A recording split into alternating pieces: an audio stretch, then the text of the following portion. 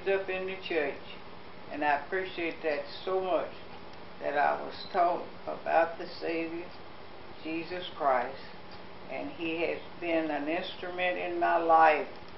He's taken care of me, provided for me, made a way for me, opened doors for me, and I have lived a good life, lived to get to old, and now I am thankful to the Lord for all His many blessings that He bestowed upon me.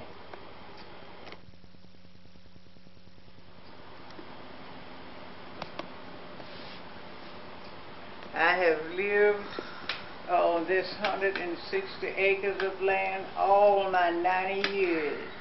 I was born and reared here, and I have enjoyed being here, roving in the woods, picking berries, bullaces, scopadon, and all those different kinds of things, going fishing, and all of those things right here on this piece of ground where I'm at now is where I've been my 90 years.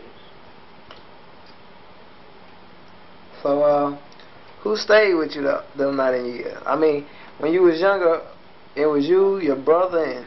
My mother, What Daddy, and my one brother. We lived all our lives together until Daddy left home and left us, left mother, brother, and myself. And we lived in that same house until I was grown and married. At 17 years old, I was married, and I was there in that same house that I was born in. And where was the house at? Right down the it was up there where Uncle Rufus' name's at. Oh, it was up there by Uncle Rufus? Right up there where Rufus's house is at. That's where our house was, and it got burnt down there. I can't recall the year that it burnt down, but when it burnt down, I think I had 3 children. And then we moved further down on this same property in another house. And we lived there until my Eugenia was born, and then we built us another house. And then we lived in that house until my Willie was my baby. Then we built another house. And then in 60, I think it's 60 or 63 one, then we bought another house. And then in 1995, in July the 22nd, that house burnt down.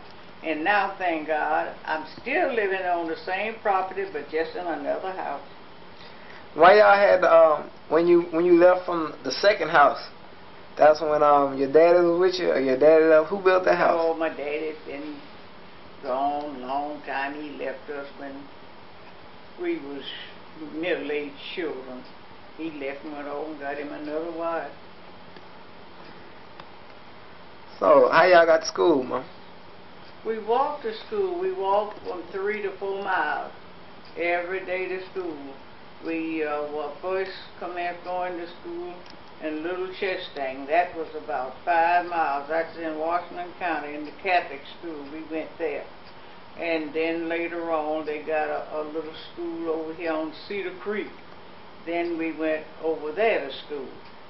And so that's the schooling that we got. So what grade you reached to? They carried us to the 8th grade. To the 8th grade? The 8th grade. That's where that public school carried us to. The Catholic school carried us to the 12th grade. So how were the classes? Were all the classes all together? Or how did you study, or what? How did we do what? How were the classes? Oh, we had nice classes. We had arithmetic, and reading, and geography, and science, and something else.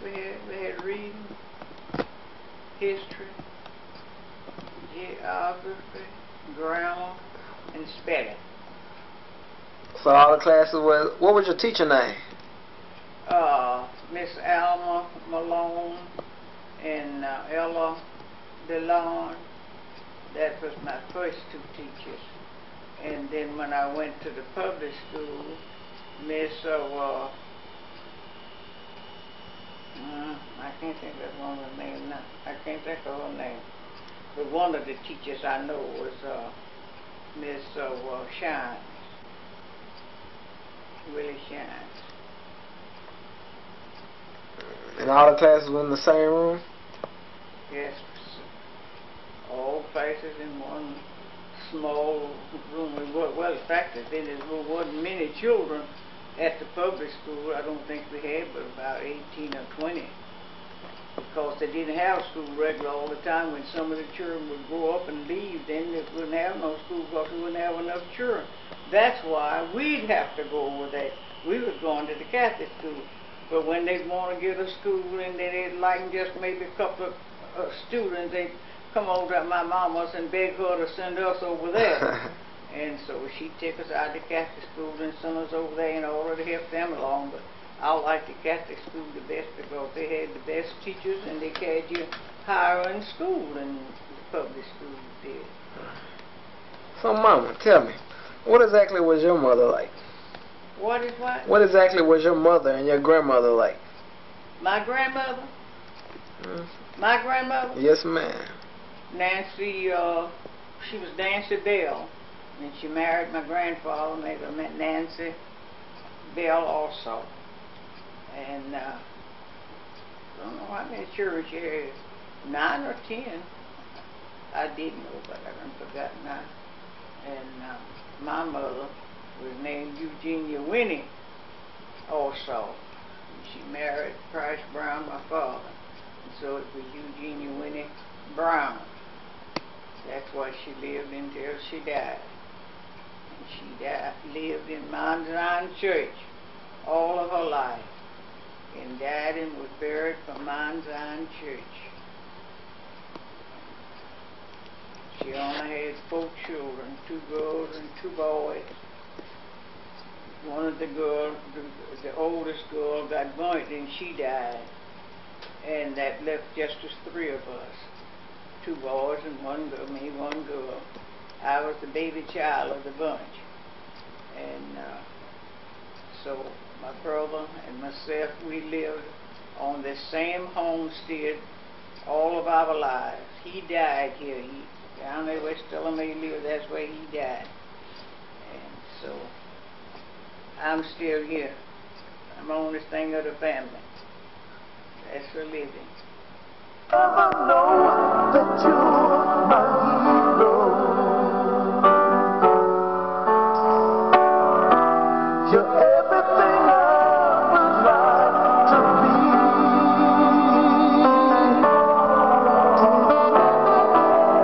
I could fly high above and be low. Yeah, yeah. 'Cause you are the wind beneath my wings.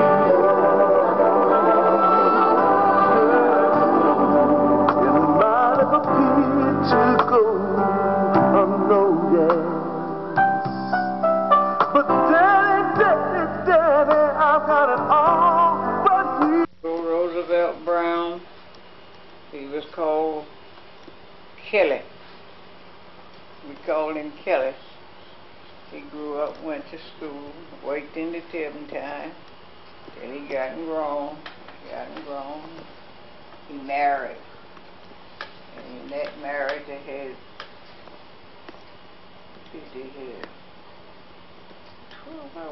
12 or 13 children your brother had. I don't know. It must have had 12. He had 12 children. He had his own home, garden, raised up his children. He was a Sunday school superintendent. He was a leader in the church. He was trustee in the church. And he carried all the children to Sunday school on Sunday morning. His children and mine. He'd take them on his truck and he carried them to Sunday school. And they had Sabbath school every Sunday morning. And he lived to be 70, must have been about 75, I suppose. He lived to be about 75. He got to be feeble and wasn't able to work anymore. He just messed around in his garden. And then he gave down and went on. The Lord called him in Sid Old Brown was his name, but he was called Kelly. So, Mama, when y'all was little, did y'all playing that Uncle, you and Uncle Doe playing the kind of pranks or nothing? Y'all didn't? What y'all did for fun when y'all was little? Oh, we just played ball and marbles and played checkers and jump rope and rode the pine trees and done all kind of devilment like that. But we worked all the time. We were working in the garden or in the field or taking care of the cows or the hogs or the chickens or the dogs and cats and first one thing and another. We always had plenty to do. We never had no time to idle away like children do nowadays. We worked all our lives. And I appreciate that I was taught to work. And as long as I was able to work, I enjoyed working at different things. And that's, we didn't have lots of neighbors with children where we had somebody to play with, but it was merely us and about one or two more children in the neighborhood. Then we didn't get a chance to play with them because we was at home. We didn't loaf. We stayed at home because we always had something to do there. And so, but we had a nice life. We had a good life. We always had plenty things of that kind. Mama chastised us and made us do the thing that was right. Mama, can you remember at one time in your childhood when you and Uncle Doe got in trouble and your mama had to do something about it? Do we remember what? One time in your childhood when you and Uncle Doe got in trouble? No, we never did get in no trouble. Never did. We never had no fusses, no arguments. Because Mama was always practically around with us wherever we was. And if one kind of spoke harsh to the other, and she stopped you right there. We're not going to have that now. You know, we didn't have arguments and fusses and fights and things like children do nowadays. We was raised different.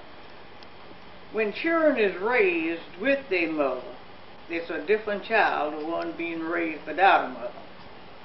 And so I don't think it's right for mothers to be out working and leaving their children on other people, because other people don't take interest in your child like you would.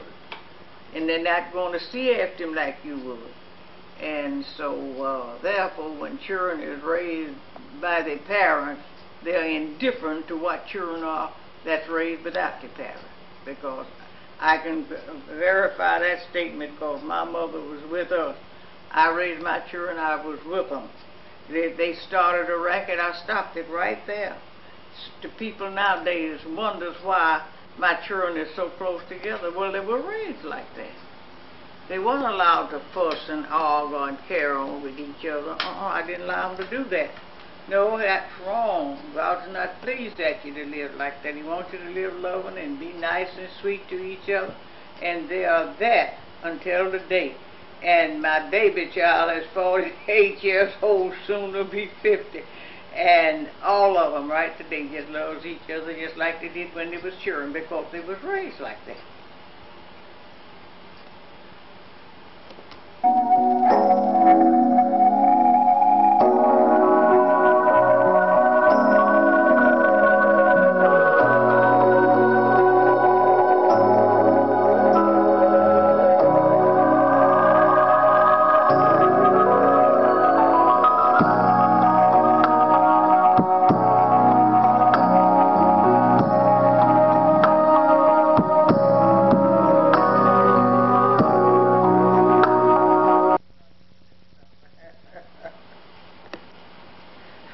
I started dipping stuff when I was quite young.